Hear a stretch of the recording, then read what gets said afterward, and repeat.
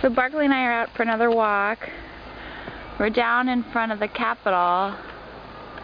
That's the Capitol there. This is the pond in front of the Capitol. It's just totally covered in ice, and there's no ducks. And there's lots of people. You can see Washington's pretty quiet today. It's really pretty. It's warming up and the snow's starting to melt. And there's Barclay on guard. Ready? Let's go. Okay, he's gonna lead the way through the snow.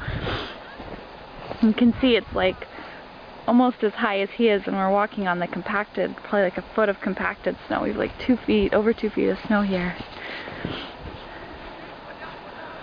The beautiful Capitol. So pretty.